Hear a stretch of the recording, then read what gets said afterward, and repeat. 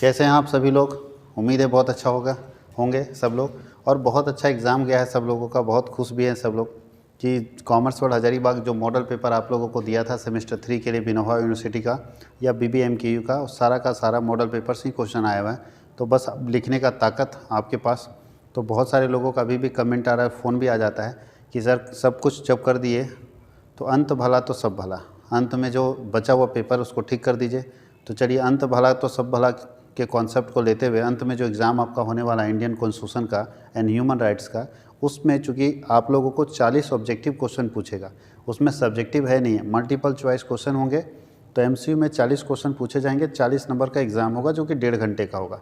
1.5 घंटे का ही आपको एग्ज़ाम देना है, 40 नंबर का एग्ज़ाम है। तो 1.5 घंटा यूँ बीत जाएगा, आपको मल्टीपल चॉइस क्वेश्चन पूछा जाएगा। यानी आपके पास 40 क्वेश्चन रहेगा, एक क्वेश्चन के 4 ऑप्शन होंगे, जो सही ऑप्शन होगा उसको आपको आंसर करके देना है कि इसका आंसर क्या आएगा। तो चलिए, आज हम लोग 40 का 40 एक सेट कंप्लीट करेंगे, ये Indian constitution and human rights का। तो अगर मैं एक और जानकारी आपको दे दूं कि विनोबा यूनिवर्सिटी में, चूँकि ये जानकारी आपके लिए कम है लेकिन आपके जूनियर के लिए बहुत इंपॉर्टेंट है, और आप ध्यान दीजिएगा कि अगर आपके आसपास में कोई बच्चा भी 12th का एग्ज़ाम दे रहा है, चाहे आर्ट्स का, चाहे साइंस का, चाहे कॉमर्स का हो, उसको ज़रूर इन्फॉर्म कर दीजिएगा कि 12 मार्च से पहले CUET का एग्ज़ाम जरूर दे दे, CUET का एग्ज़ाम फॉर्म जरूर भर दे। CUET क्या होता है तो याद रखिएगा, कॉमन यूनिवर्सिटी एंट्रेंस टेस्ट होता है। अब यानी 23-24 से जो एडमिशन होंगे, इस सेशन से जो एडमिशन होंगे, चाहे UG में यानी BCom में हो या BSc में या BA में हो, यानी ग्रेजुएशन में अगर कोई बच्चा एडमिशन ले रहा है, जो भी क्लास 12th में एग्ज़ाम देने वाला है उसके लिए बात कर रहे हैं। जो एग्ज़ाम देने वाला है वो अगर एडमिशन आगे लेगा तो उसके लिए उसको CUET का एग्ज़ाम पास करना होगा। पूरे देश का एक यूनिवर्सिटी एंट्रेंस एग्ज़ाम टेस्ट होता है जो कि NTA लेता है, नेशनल टेस्टिंग एजेंसी इस एग्ज़ाम को कंडक्ट करता है UGC के अंडर में। तो अब ये ज़रूरी हो गया है नई शिक्षा नीति में कि सारे बच्चे जो भी क्लास 12th में, चाहे CBSE को चाहे JEC को, जो एग्ज़ाम दे रहे हैं या जिनका होने वाला है, उन सारे बच्चों को UGC के द्वारा जो NTA एग्ज़ाम कंडक्ट करती है, नेशनल टेस्टिंग एजेंसी, वहाँ पे CUET का आपको एंट्रेंस टेस्ट पास करना होगा, तभी आपको किसी यूनिवर्सिटी में एडमिशन मिलेगा। इसका मतलब है कि अगर आप अभी मिस कर गए तो फिर आप हाथ धो बैठिएगा, क्योंकि UGC आपके लिए एग्ज़ाम फिर दोबारा कंडक्ट नहीं कराएगी। तो इसका लास्ट फॉर्म का डेट है 12 मार्च। 12 मार्च से पहले वो ज़रूर उसको भरें। उसके लिए मैं वीडियो बनाकर अपलोड कर चुका हूँ। अगर आपके आसपास में कोई 12th का बच्चा है तो वीडियो ज़रूर शेयर कर दीजिएगा। ये कल्याण की बात है, क्योंकि बच्चे अभी लापरवाही में छोड़ देंगे, जिसका डर मुझे लग रहा है उन बच्चे का फ्यूचर ख़राब हो सकता है। तो बच्चों का फ्यूचर ना ख़राब हो, इसलिए थोड़ा सा आप भी मानवता के नाते थोड़ा जो भी आसपास का बच्चा उसे ज़रूर शेयर कर दीजिएगा। मेरा वीडियो अपलोड किया हुआ है, आप तक भी पहुँचेगा नोटिफिकेशन, उसको समझिएगा और ज़रूर शेयर कर दीजिएगा अपने दोस्तों तक। धन्यवाद। और मैं चलता हूँ आपके अपने टॉपिक पर जो आपको पढ़ना है। तो चलिए देखिए, ये है 2017 और 20 में क्वेश्चन पूछा हुआ है। थोड़ा ध्यान रहे कि इस पूरे 40 नंबर के क्वेश्चन में, देखिए फुल मार्क्स 40 है, 1.5 घंटे के एग्ज़ाम है, सभी प्रश्नों का उत्तर देना है। 40 क्वेश्चन आपके पास रहेंगे मल्टीपल चॉइस में। चूँकि ये PDF ना हमारे ऐप में इंस्टॉल था, ऐप में अपलोड था, सॉरी, ये PDF हमारे पास एप्लीकेशन में ही अपलोड था। तो एप्लीकेशन में जो मैं PDF देता हूँ प्रीवियस ईयर के क्वेश्चंस को लेके, उसमें आंसर करके दे देता हूँ ताकि स्टूडेंट को सारा आंसर वहाँ अवेलेबल मिले। तो इसलिए इसमें आंसर किया हुआ है, तो परेशान ना हो, आंसर किया हुआ है, हाईलाइट किया हुआ है, फिर भी कोई दिक्कत नहीं। हम लोग एक बार डिस्कशन कर लेंगे तो बहुत सारे चीज़ याद हो जाएंगे। तो आंसर ऑलरेडी पहले से किया हुआ है इसमें। आगे क्या लिखा है देखिए, फर्स्ट क्वेश्चन है, बोलता है who among the following was not a member of cabinet mission. निम्नांकित में से कौन कैबिनेट मिशन का मेंबर नहीं थे? कौन इसमें से कैबिनेट मिशन जो था उसके मेंबर नहीं थे? तो याद रखिएगा, क्लीमेंट एटली कैबिनेट मिशन के मेंबर नहीं थे। क्लीमेंट एटली जो है वो कैबिनेट मिशन के मेंबर नहीं थे। चूँकि हाईलाइट किया हुआ है मेरे एप्लीकेशन में डाले होने के कारण, ये PDF मैं वहीं से लाया हूँ अपने ऐप से, तो एप्लीकेशन में होने के कारण आंसर किया हुआ है, तो कोई उससे दिक्कत नहीं है। आपको याद रखना है कि कैबिनेट मिशन जो बना हुआ था उसके सदस्य कौन नहीं थे? तो क्लीमेंट एटली उसके सदस्य नहीं थे, पहला जवाब होगा। सेकेंड क्वेश्चन है कि when the constitution of India was enforced, Bharat का संविधान कब से लागू हुई? ये तो कोई बच्चा छोड़ ही नहीं सकता क्वेश्चन। 26 जनवरी 1950 से, 26 जनवरी 1950 से भारत का संविधान लागू हुआ। और भारत के संविधान लागू होने के कारण 26 जनवरी को हम लोग गणतंत्र दिवस के रूप में, रिपब्लिक डे के रूप में हम लोग जानते हैं। यही हमारा संविधान दिवस, रिपब्लिक का मतलब होता है असली जो हम आज़ादी पाए वो इसी दिन पाए। आज़ाद तो हम 15 अगस्त को हो गए, लेकिन उसके बाद हमारे पास कोई कानून नहीं, देश कैसे चलेगा, कोई संविधान नहीं, कोई रूल्स नहीं है। तो बोलता है कि 15 अगस्त से कोई मतलब नहीं। 15 अगस्त से सोचिए, 15 अगस्त 1947 से 1950 तक कोई नियम ही नहीं देश चलाने का था, बिना नियम का देश चल रहा था। लेकिन बोला जाता है कि आज से हम लोग गणतंत्र हो गए, यानी एक सिस्टम से चलने वाले देश बन गए, डेमोक्रेटिक सिस्टम में चलने लगे। तो 26 जनवरी 1950 भारत में संविधान लागू होने का दिन है। Who was the chairman of drafting committee? Drafting committee के चेयरमैन कौन थे? यानी संविधान सभा के प्रारूप समिति के अध्यक्ष कौन थे? प्रारूप समिति मतलब जो संविधान लिख रहा था, संविधान को ड्राफ्ट कर रहा था, उसके सदस्य का नाम क्या? उसके अध्यक्ष का नाम है, तो उसके अध्यक्ष का नाम है डॉक्टर BR अम्बेडकर, जो सब लोग जानते हैं। प्रारूप समिति याद रखिएगा, प्रारूप समिति ड्राफ्टिंग कमेटी के अध्यक्ष थे। वैसे संविधान के सभा के अध्यक्ष राजेंद्र प्रसाद थे, तो कन्फ्यूजन में मत रहेगा। प्रारूप समिति के अध्यक्ष थे BR अम्बेडकर। BR अम्बेडकर जो है प्रारूप समिति के अध्यक्ष थे। आगे बोलता है how many member can be nominated in Lok Sabha from Anglo Indian community? Anglo Indian community से कितने सदस्य नॉमिनेट हो सकते हैं? तो एंग्लो इंडियन कम्युनिटी से सिर्फ 2 ही सदस्य नॉमिनेट हो सकते हैं। केवल 2 सदस्य एंग्लो इंडियन कम्युनिटी से रजिस्टर्ड हो सकते हैं, नॉमिनेट हो सकते हैं, उससे ज़्यादा नहीं। अब उसके बाद लिखा है who was the first vice president of India? पहला वाइस प्रेसिडेंट कौन थे? उपराष्ट्रपति कौन थे भारत के? तो भारत के राष्ट्रपति तो आप जानते हैं डॉक्टर राजेंद्र प्रसाद। उपराष्ट्रपति का नाम था S राधाकृष्णन। S राधाकृष्णन, ये हमारे उपराष्ट्रपति थे। आगे बोलता है which of the following federal features is not found in India? निम्नलिखित में से या निम्नांकित में से कौन सा संघात्मक लक्षण भारत में नहीं पाया जाता? यानी कौन सा ऐसा लक्षण है? हमारे यहाँ फेडरल सिस्टम से देश चलता है, यानी देश चलाने के लिए जो सिस्टम है वो संघीय ढांचा है, और उसी संघीय ढांचा से पाया जाता है तो चलता है देश। तो बोलता है इसमें से संघीय ढांचा कौन सा नहीं पाया जाता है? तो पहला लिखा है ड्यूअल पॉलिसी, दोहरा शासन। तो दोहरा शासन तो हमारे यहाँ है संघीय ढांचा। बताइए दोहरा शासन कैसे है? तो राज्यों में अलग सरकार, केंद्र में अलग सरकार, दोहरा शासन तो है। एक ही आदमी दोनों जगह पे नहीं है, दोनों अलग अलग शासन हो सकता है। निष्पक्ष न्यायपालिका, ये भी हमारे यहाँ है। हमारे यहाँ जो न्यायपालिका वो निष्पक्ष है, यानी सुप्रीम कोर्ट सरकार को भी कटघरे में खड़ा कर सकती है, कहीं दिक्कत नहीं। दोहरी नागरिकता बिल्कुल गलत है, हमारे यहाँ दोहरी नागरिकता नहीं है। याद रखिएगा हमारे यहाँ दोहरी, ये गलत कलर हो गया है, यहाँ ध्यान दीजिएगा, कलर के पीछे मत जाइएगा। दोहरी नागरिकता ही है। शक्ति विभाजन तो ठीक है, पावर डिवीजन हमारे यहाँ है, ये भी सही है, ये भी सही है, ये भी सही है। गलत कौन है? Double citizenship. भारत में कोई भी व्यक्ति डबल सिटीजनशिप नहीं ले सकता। तो यहाँ लिखा है कि इसमें भारत में कौन सा संघीय ढांचा का लक्षण नहीं है? तो संघीय ढांचा का लक्षण नहीं होने वाला कौन है? दोहरी नागरिकता। डबल सिटीजनशिप ही ऐसी है जो भारत में संघीय ढांचा की विशेषता नहीं है, यानी भारत में कोई भी व्यक्ति दोहरी नागरिकता प्राप्त नहीं कर सकता। शक्ति का विभाजन तो होता है, पावर का डिवीजन होता है कि स्टेट के पास क्या पावर रहेंगे, सेंट्रल के पास क्या पावर रहेंगे, यानी केंद्र सरकार के पास क्या अधिकार रहेंगे और राज्य सरकार के पास क्या अधिकार रहेंगे। तो अधिकारों का विभाजन होता है, लेकिन दोहरी नागरिकता कहीं नहीं है। भारत में रहना है तो सिर्फ भारत का नागरिक बनना होगा, और भारत का नागरिकता छोड़ दो तो दूसरे देश चले जाओ। भारत में किसी को दोहरी नागरिकता नहीं मिल सकती। इसका मतलब दुनिया के किसी देश का नागरिक अगर वहाँ का भी नागरिक है तो भारत में नागरिकता नहीं मिलेगी। भारत में नागरिक बनने के लिए उसको वहाँ की नागरिकता छोड़नी पड़ेगी। तो भारत में जो संघीय ढांचा है उसमें सबसे जो यूनिक चीज़ है वो है डबल सिटीजनशिप नहीं हो सकता, दोहरी नागरिकता नहीं हो सकती।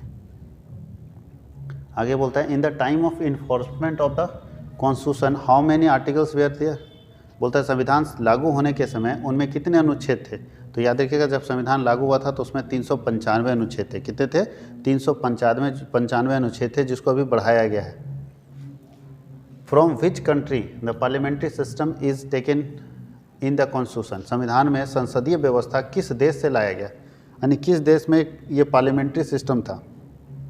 आप अगर थोड़ा मोड़ा भी जीके जीएस पढ़े होंगे या कंपटीशन की तैयारी किए होंगे तो आपको पता होगा कि भारत देश जो चलता है, देश की सरकारें जो चलती है वो पार्लियामेंट्री सिस्टम से चलता है, संसदीय समिति से चलता है। और संसदीय समिति के कोई अध्यक्ष होते हैं जो पूरा पार्लियामेंट को चलाते हैं। तो पार्लियामेंट एक पार्लियामेंट्री सिस्टम से देश चलता है। तो बोलता है भारत में जो पार्लियामेंट्री सिस्टम से देश चलाने का नियम है किस देश से लाया गया था? तो बोला जाता है ब्रिटेन से लाया गया था। अंग्रेजों से ही सीखे थे, अंग्रेजों से ही हम लोग सीखे थे कि पार्लियामेंट्री कमेटी कैसे बनाएंगे और पार्लियामेंट्री कमेटी हमारे देश को कैसे चलाएगी। आगे उसके बाद बोलता है which words they are added in the preamble of the constitution by 42th amendment act 1976। बोलता है कि 42वें संविधान संशोधन में 42वें संविधान संशोधन में जो 1976 में किया गया था, कौन सा वर्ड संविधान के प्रस्तावना में जोड़ा गया है? संविधान के प्रस्तावना में कौन सा वर्ड जोड़ा गया 1976 में जब 42वां संशोधन संविधान का हुआ था? तो कौन सा वर्ड जोड़ा गया है? समाजवादी, धर्मनिरपेक्ष, अखंडता, बोला सब जोड़ा गया है। तो ध्यान दीजिएगा, ये जो हम लोग पढ़ते हैं संपूर्ण प्रभुत्व संपन्न समाजवादी, धर्मनिरपेक्ष, अखंड, ये जो इंटीग्रिटी, धर्मनिरपेक्ष, सेक्युलर और सोशलिस्ट जो जोड़ा गया है 1976 में जोड़ा गया है। कौन सा संशोधन हुआ था? 42वां संशोधन हुआ था संविधान का। यानी संविधान के 42वें संशोधन में जोड़े जाने वाले शब्द समाजवादी, धर्मनिरपेक्ष और अखंडता था। आगे बोलता है, who said the Indian union is a quasi federal? किसने कहा था कि भारतीय संघ अर्ध संघात्मक है, आधा है, आधा संघ नहीं चलता है? तो ये कहने वाले केसी व्हेलर थे। केसी व्हेलर ऐसे व्यक्ति थे जिन्होंने कहा था कि भारतीय जो संघ है अर्ध संघात्मक है, मतलब पूरा संघ नहीं है, पूरा फेडरल नहीं है, आधा फेडरल है।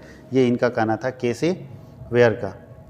बोलता in India the 26 January is celebrated as, बोलते भारत में 26 जनवरी किस लिए मनाया जाता है? बताने की किसी को ज़रूरत नहीं है, रिपब्लिक डे के कारण। 26 जनवरी रिपब्लिक डे के कारण मनाया जाता है। आप इसको बोल सकते हैं संविधान दिवस, लेकिन संविधान दिवस नहीं बोल सकते, रिपब्लिक डे ठीक है, क्योंकि संविधान दिवस जिस दिन संविधान बना था उस दिन मनाया जाता है। तो रिपब्लिक डे बिल्कुल सही है। 15 अगस्त को हमारा आज़ादी का दिन मनाया जाता है। आगे लिखा है, which part of the constitution is related with the directive principle of the state policy? संविधान का कौन सा भाग राज्य के नीति निर्देशक तत्वों से संबंधित है? यानी किस भाग में संविधान के नीति निर्देशक तत्व दिए गए हैं? तो याद रखिएगा, संविधान के भाग 4 में नीति निर्देशक तत्व दिए गए। संविधान के भाग 4 में नीति निर्देशक तत्व दिए गए हैं, तो भाग 4 इसका सही आंसर होगा। भाग 4 में नीति निर्देशक तत्वों के बारे में वर्णन किया गया है। आगे लिखा है, which article of the constitution guarantees equality before law and equality protection of law? संविधान का कौन सा अनुच्छेद कानून के समक्ष समानता और कानून का समान संरक्षण की गारंटी देता है? कि कानून के समक्ष सब समान है, चाहे राजा हो, चाहे रंक हो, चाहे नेता हो, चाहे कार्यकर्ता हो, चाहे आम जनता हो, सब समान है। और कानून का समान संरक्षण की गारंटी, यानी कानून सबको समान संरक्षित करेगा, गरीब आदमी को उतना ही सुरक्षित करेगा जितना नेता को। ये कौन सा संविधान में अनुच्छेद ये बताता है? तो अनुच्छेद 12 बताता है, 13 बताता है, या 14 बताता है, 15 बताता है? तो याद रखिएगा, अनुच्छेद 14 ऐसा बताता है कि संविधान में हर व्यक्ति को समता का अधिकार है, समानता का अधिकार है, बराबर अधिकार है, चाहे राजा हो चाहे रंक हो, सज़ा भी एक जैसा मिलेगा और सबके लिए एक ही जैसी न्याय पद्धति लागू होगी, ताकि किसी को ये ना लगे कि हम गरीब हैं इसलिए हमको सता जा रहा है। वैसे खाली संविधान में है, संविधान से जैसे बाहर निकलेंगे तो आपको दुनिया अलग नजर आएगी। आगे लिखता है, संविधान का कौन सा अनुच्छेद संशोधन प्रक्रिया से संबंधित है? यानी कौन सा ऐसा अनुच्छेद है जिसका प्रयोग करके हम संविधान में संशोधन कर सकते हैं? अनुच्छेद 360, 362, 368 और 372। तो अनुच्छेद 368 का इस्तेमाल करके हम संविधान में कभी भी परिवर्तन कर सकते हैं। संविधान में परिवर्तन करने के लिए 368 का अनुच्छेद है। विच amendment act is related with goods and service tax? GST से। बोलता है कौन सा संशोधन अधिनियम वस्तु एवं सेवा कर से संबंधित है? कौन सा अमेंडमेंट हुआ था जीएसटी के लिए? जीएसटी के लिए कौन सा अमेंडमेंट हुआ था? तो 101वां संशोधन हुआ था। याद रखिएगा, सेमेस्टर 4 में पढ़ना भी है। जीएसटी के लिए 101वां संशोधन हुआ था, 101 अमेंडमेंट। 101वां संशोधन जीएसटी के लिए हुआ था संविधान सभा में। यानी पहले था, जीएसटी से पहले था सर्विस टैक्स था, सेल्स टैक्स था, सेंट्रल सेल्स टैक्स था, ठीक है, एक्साइज ड्यूटी था। ये सारे टैक्सेस को हटा दी सरकार। तो कोई भी टैक्स हटाने के लिए संविधान संशोधन करना पड़ेगा ना। तो 101वां संशोधन संविधान का था जब जीएसटी लाया गया था।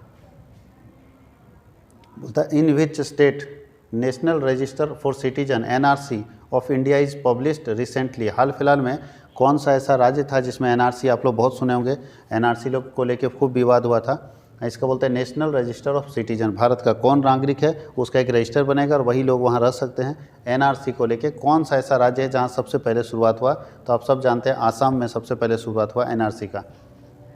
आसाम में सबसे पहले शुरुआत हुआ एनआरसी का, याद रखिएगा। आगे बोलता who appoints governor of state? राज्य के राज्यपाल की नियुक्ति कौन कर सकता है? तो राज्य के राज्यपालों की नियुक्ति राष्ट्रपति करते हैं। कौन करते हैं? राष्ट्रपति ही नियुक्ति कर सकते हैं राज्य के राज्यपालों की। यानी राज्य के राज्यपाल की नियुक्ति राष्ट्रपति ही कर सकते हैं, दूसरा कोई नहीं कर सकता।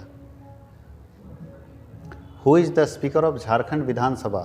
ध्यान दीजिएगा, जिसमें ये पूछा गया था उस समय कौन थे? तो उस समय यहाँ सरयू रहे थे।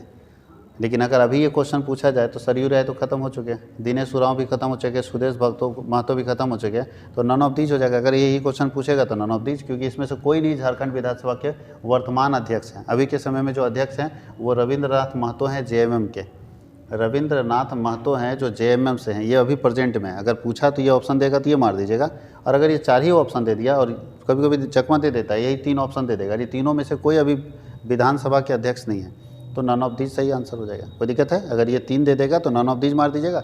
और अभी के समय में प्रेजेंट में रविंद्रनाथ महतो हैं JMM से, वो अभी झारखंड विधानसभा के अध्यक्ष हैं। Who among the following is treated as the architect of the constitution, निम्नलिखित में से कौन संविधान शिल्पीकार के रूप में जाने जाते हैं, किनको संविधान का निर्माता बोला जाता है? तो सब लोग जानते हैं संविधान का निर्माता कौन है, BR अम्बेडकर। BR अम्बेडकर संविधान के निर्माता हैं, इन्होंने संविधान बनाया। आगे बोलता है who was the first governor general of free India, जो स्वतंत्र भारत था उसका पहला गवर्नर जनरल कौन था? सारे लोग जानते हैं लॉर्ड माउंटबेटन था, पहला गवर्नर जनरल था लॉर्ड माउंटबेटन, और यही भारत और पाकिस्तान का विभाजन में बहुत बड़ा रोल प्ले किया है ना। हम लोगों से काट के हिस्सा पाकिस्तान को दे दिया, यही था लॉर्ड माउंटबेटन, पहला गवर्नर जनरल आज़ादी के बाद, यानी स्वतंत्र भारत का पहला गवर्नर जनरल था लॉर्ड माउंटबेटन। इसको सॉरी यहाँ नीचे ऑप्शन गलत है, ये ऑप्शन गलत डाला हुआ है, ठीक है। यहाँ नीचे राजगोपालाचारी भी है, ये देखिए सही आंसर था राजगोपालाचारी। हम लोग आधा पढ़े आधा ऑप्शन ही देखे, सही इसका आंसर ये नहीं है, लॉर्ड माउंटबेटन नहीं है, ये होगा C राजगोपालाचारी, पहला गवर्नर जनरल था C राजगोपालाचारी। मुझे लगा नीचे ऑप्शन में नहीं है। C राजगोपालाचारी पहला गवर्नर जनरल थे, जो कलर के चक्कर में मत जाएगा, जो स्वतंत्र भारत के पहले गवर्नर जनरल थे श्री राजगोपालाचारी, याद रखिएगा। तो इसका ऑप्शन C राजगोपालाचारी होगा। In which state president rules has been imposed for the first time after independence, बोलता है आज़ादी के बाद सबसे पहली बार राष्ट्रपति शासन कहाँ लगा था, यानी आज़ादी के बाद सबसे पहली बार राष्ट्रपति शासन कहाँ लगा था बताइए। तो सबसे पहली बार राष्ट्रपति शासन लगा था 1951 में पंजाब में, सबसे पहली बार राष्ट्रपति शासन लगा था 1951 में पंजाब में, याद रखिएगा। आज़ादी के बाद सबसे पहली बार राष्ट्रपति शासन लगा था 1951 में, और ये कहाँ लगा था, पंजाब में। बोलता है when the first time national emergency was declared under article 352, देश में इमरजेंसी कहाँ से आ सकता है, तो अनुच्छेद 352, यानी संविधान के अनुच्छेद 352 के अंदर राज्य की देश की सरकार के पास ये पावर है कि वो चाहे तो इमरजेंसी डिक्लेयर कर सकती है। और ये आपको मालूम है कि इंदिरा गांधी पहली लीडर थी जिन्होंने डिक्लेयर कर दिया था कि इमरजेंसी, और सारे लोगों को मालूम है 1975 की इमरजेंसी, 1975 में इमरजेंसी पहली बार इंदिरा गांधी की सरकार में आया था, और वो इमरजेंसी काला दिन था। वहाँ सब पे प्रतिबंध, मीडिया पे प्रतिबंध, कोई कुछ नहीं बोल सकता, किसी को भी उठाकर जेल में डाल सकते, वो इमरजेंसी पीरियड था जो अनुच्छेद के कौन से धारा में था, तो अनुच्छेद 352 में था इमरजेंसी का, और ये इमरजेंसी लगाया गया था 1975 में। कौन लगाया था, तो इंदिरा गांधी लगाई थी। आज भी इमरजेंसी की चर्चा होती है। From which country the emergency provision of the constitution is taken, संविधान में आपातकालीन व्यवस्था किस देश से लिया गया है, तो अमेरिका से। रुक जाइए, अमेरिका नहीं है, इसका जर्मनी होगा, इसका आंसर क्या है, जर्मनी। ये गलत जगह पे कलर किया हुआ है, थोड़ा एप्लीकेशन वाले लोग ठीक से ध्यान दीजिएगा। संविधान की आपातकालीन व्यवस्था किस देश से लिया गया है, तो ये किस देश से लिया गया है, जर्मनी से लिया गया है। संविधान में जो आपातकालीन व्यवस्था है वो जर्मनी से ली गई है। कहाँ से ली गई है, जर्मनी से लिया गया है, जहाँ आपातकालीन की सुविधा हम लोगों को देते हैं।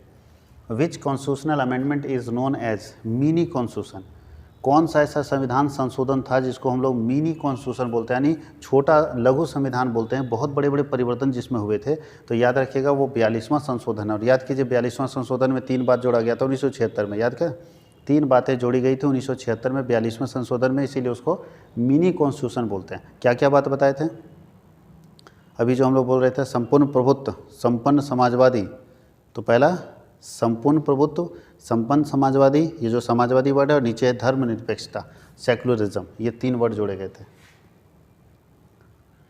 विच article of constitution guarantees rights against exploitation, बोलता है संविधान का कौन सा अनुच्छेद शोषण के विरुद्ध अधिकार की गारंटी देता है, तो ये सब जानते हैं अनुच्छेद 23 और 24 शोषण के विरुद्ध गारंटी देता है कि शोषण के विरुद्ध आप कभी भी आवाज़ उठा सकते हैं, कोई दिक्कत नहीं, आपकी रक्षा होनी चाहिए। अगर कोई आपको शोषित कर रहा है, प्रताड़ित कर रहा है, तो ये आपकी रक्षा होगी, इसकी गारंटी देता है आर्टिकल 23 एंड आर्टिकल 24 शोषण के विरुद्ध अधिकार देता है आपको, उसकी गारंटी देता है आर्टिकल 23 एंड 24। याद रखिएगा, कभी अगर कोई आपको प्रेशर देता है, परेशान करता है, सिर्फ याद करेगा कि आर्टिकल 23 24 मेरे पास है, शोषण के विरुद्ध अधिकार है। अगर हमको कोई शोषित करता है तो आप हमारा अधिकार है कि हम उसके खिलाफ लड़ेंगे।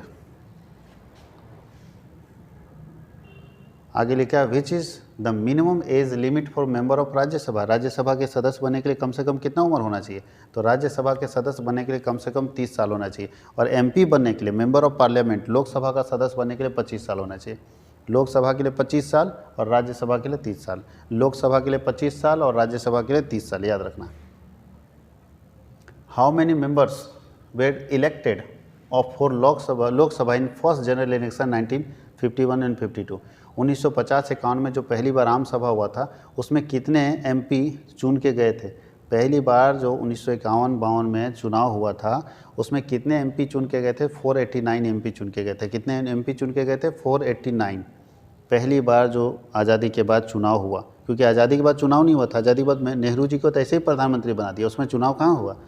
तो वैसे लोग मान के प्रधानमंत्री बना दिया। पहली परीक्षा उनकी हुई जब 1951-52 में चुनाव हुआ, तब कितने लोग जीत के आए थे? तो याद रखिएगा 489 एमपी उस समय जीत के आए थे। 28 में बोल रहा है कि who was the vice president in the vacancy executive council under interim government formed on सितंबर 1946। बोलता है सितंबर 1946 में गठित अंतरिम सरकार में वायसराय परिषद में उपसभापति कौन थे? तो उपसभापति का नाम है जवाहरलाल नेहरू, और यही उपसभापति थे जो 1946 में गठित हुई। इसीलिए इनका रोल आज़ादी के बाद इंडिया और पाकिस्तान के मुद्दे पर ज़्यादा रहा। अगर उस दिन इनको बना दिया जाता ना सरदार पटेल को, कहानी कुछ अलग होती। सरदार पटेल तो अलग टाइप के आदमी थे। अगर उस दिन इनको बना दिया जाता तो नेहरू जो गलती की है वो सरदार पटेल नहीं करते, और ये मामला बहुत ज़बरदस्त होता। पाकिस्तान का बहुत सारा हिस्सा हमारे पास होता और शायद पाकिस्तान भी अलग ना होता।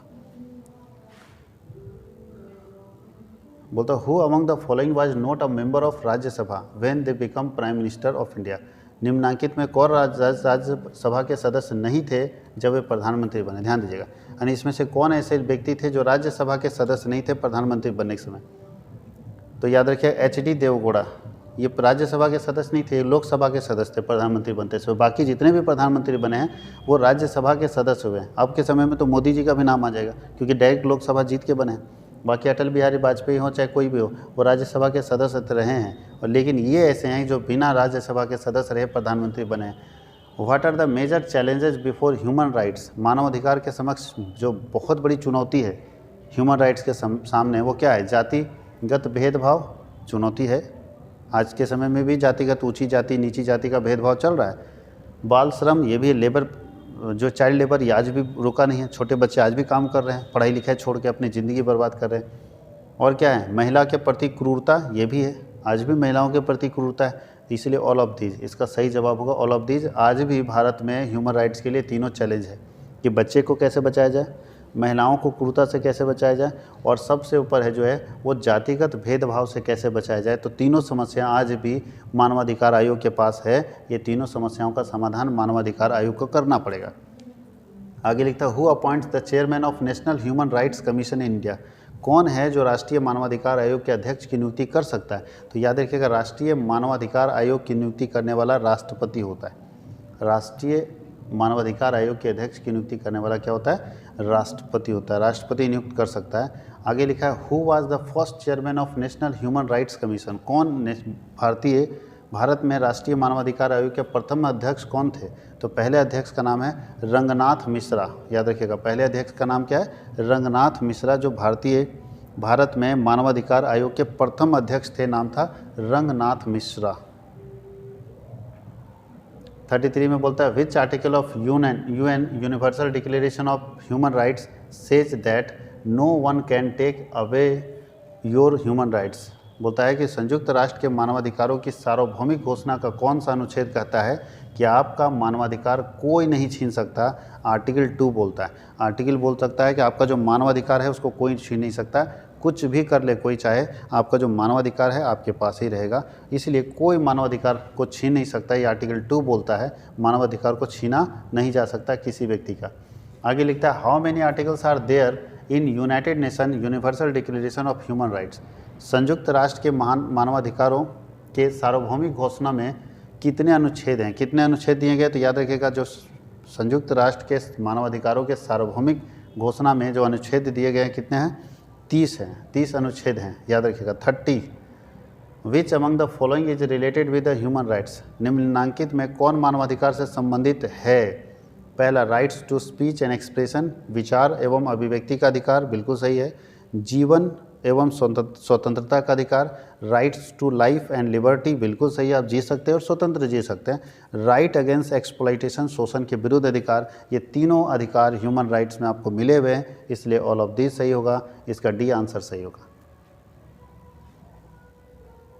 अच्छा, जो बच्चे इसका क्वेश्चन चाहते हैं वो कहाँ से ढूंढेंगे? तो जो बच्चे इसका क्वेश्चन चाहते हैं वो मेरे इसी चैनल के ऊपर एक छोटा सा रील्स बना हुआ है, शॉर्ट्स वीडियो बना हुआ है, और शॉर्ट्स वीडियो में सारे क्वेश्चन आपके पास है, तो वहाँ से आप स्क्रीनशॉट लेके रख सकते हैं। वैसे यहाँ से भी आप स्क्रीनशॉट ले सकते हैं। 36 में बोलता है कि when the United nation has adopted the universal declaration of human rights, संयुक्त राष्ट्र द्वारा मानवाधिकारों के सार्वभौमिक घोषणा को कब स्वीकार किया गया? तो याद रखिएगा 10 दिसंबर 1948 को स्वीकार किया गया। 10 दिसंबर 1948 को स्वीकार किया गया है।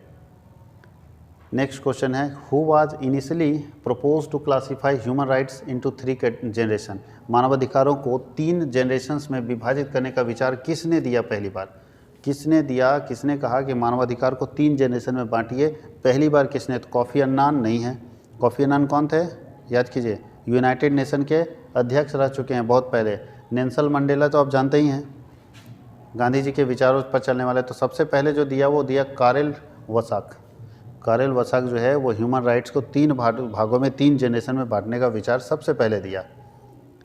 38 बोलता है कि the first generation of human rights are mainly related to, पहला जनरेशन किससे रिलेटेड है? तो पहला जनरेशन जो रिलेटेड है वो रिलेटेड है सिविल पॉलिटिकल राइट्स से। सिविल पॉलिटिकल राइट्स, नागरिक राजनीतिक अधिकार, और नागरिक राजनीतिक अधिकार के कारण ही आज बहुत जगह पे चुनाव होता है तो रिजर्व हो जाता है सीट, कि उस व्यक्ति को ही अधिकार दीजिए जो पिछड़ा तबका का व्यक्ति है। जब अगर उसको हम अधिकार देंगे तो उसको आगे बढ़ने का मौका मिलेगा, इसलिए रिजर्व सीट बहुत बार दे दिया जाता है। तो ये पहला, याद रखिएगा, ये पहला जनरेशन है ह्यूमन राइट्स का। तो फर्स्ट जनरेशन था सिविल पॉलिटिकल राइट्स। बोलता है who among the following is associated with बचपन बचाओ आंदोलन? निम्नलिखित में कौन बचपन बचाओ आंदोलन से जुड़े हुए हैं? यानी कौन व्यक्ति ऐसे हैं जो बचपन बचाओ आंदोलन से जुड़े हुए? आप सभी लोगों को मालूम होना चाहिए। इसका ऑप्शन देने से पहले उन्हें नोबेल प्राइज़ मिला है भारत में, और पाकिस्तान की एक लड़की है मलाला यूसुफजई, और मलाला यूसुफजई के साथ उनको नोबेल पुरस्कार मिला है। जो इस कार्यक्रम में सबसे ज़्यादा काम करते हैं उनका नाम है कैलाश सत्यार्थी। बचपन बचाओ कार्यक्रम वो चलाएं और देश में बच्चों को, चाइल्ड लेबर को बचा रही है, कैलाश सत्यार्थी हैं। अरविंद केजरीवाल मत बताइएगा, अन्ना हजारे भी नहीं, इनमें से कोई नहीं। कैलाश सत्यार्थी को नोबेल प्राइज़ मिला है पाकिस्तान की मलाला यूसुफजई के साथ बचपन बचाओ के कारण। ये क्या किए, जो चाइल्ड लेबर हैं, जो 14 साल से कम उम्र के बच्चे हैं, जो कहीं होटल में काम कर रहे हैं, कहीं काम कर रहे हैं, उनको पहले छुड़ाते हैं वहाँ से और उनको पढ़ने का जिम्मा पूरा लेते हैं कि उसको पढ़ाया जाए। बच्चा अगर पढ़ेगा, उसको, उस बच्चे की क्या गलती है? क्या आखिर गलती उस बच्चे की है? बस यही गलती है कि उसने गरीब के यहाँ जन्म ले लिया, तो अपने सारे अधिकारों को से वंचित हो जाएगा। उसे शिक्षा का अधिकार नहीं मिले तो इनका काम है कि नहीं, उसे पहले शिक्षा दीजिए ना, उसके बाद काम करेगा वो। पहले उसे शिक्षा दीजिए, पहले उसे भोजन दीजिए, रोटी दीजिए, कपड़ा दीजिए। उसका अधिकार है भारत की ज़मीन पर अगर जन्म लिया है तो, और उसके अधिकार को मानना पड़ेगा आपको। वो क्यों चाइल्ड लेबर बनेगा? ऐसी क्या तकलीफ रह गई चाइल्ड लेबर बनना पड़ा? उसके माँ बाप क्यों नहीं काम करे? अगर माँ बाप नहीं हैं तो उस अनाथालय में पालेगा, लालन पालन होगा। ये पढ़ाएंगे। तो कैलाश सत्यार्थी इसके लिए बहुत संघर्ष किए हैं, इसलिए इनको नोबेल प्राइज़ मिला हुआ है। आगे लिखता है who among the following is not a champion of human rights? बोलता है कि निम्नांकित में कौन मानवाधिकार के प्रेरणेता नहीं है, यानी किन्होंने मानवाधिकार के कारण कोई काम नहीं किया। कौन इसमें से ऐसे हैं जो मानवाधिकार के कारण कोई काम नहीं किया?